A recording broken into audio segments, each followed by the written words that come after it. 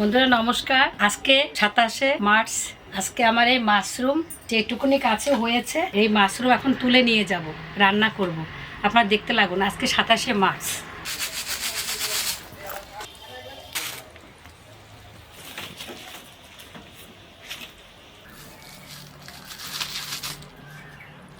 বন্ধুরা এবার আমি একটু কেটে কুটে ধুয়ে নেব, কারণ আজকে তো লাস্ট, আর হবে না, এই বছরে আর হবে না, আবার সামনের বছরে মাশরুম।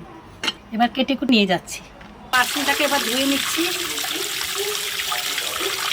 দিয়ে এবার গরম জল বসিয়ে এসেছি, গরম জলে দিয়ে দেবো। এবার আমি একটু গরম জলে দিয়ে দিলাম, ঢেকে দেব। ঢাকনাটাকে উঠিয়ে ফেলছি। এবার নামিয়ে নেব, জল গেলে দেব। এবার সর্ষের তেল দিয়ে দেব, গরম মশলা দিয়ে দেব, এই যে দুটো শুকনো লঙ্কা, একটা তেজপাতা, একটু মৌরি। এই পেঁয়াজটাকে দিয়ে দেব। এবার সিদ্ধ করা আলুটা কেটে রেখেছি দিয়ে দিলাম, ভালো করে কালার করে ভেজে নেব। টমেটোটাকে দিয়ে দিলাম, আদা রসুনটাকে দিয়ে দেব, জিরা লঙ্কা ধনে বাটা দিয়ে দিলাম।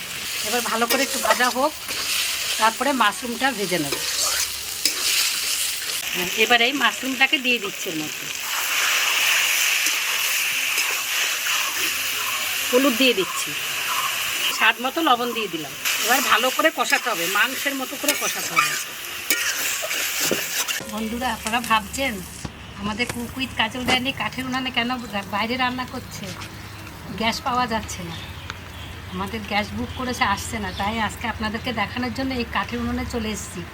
নতুন কাঁচা উনুনের মধ্যেই রান্না করছি।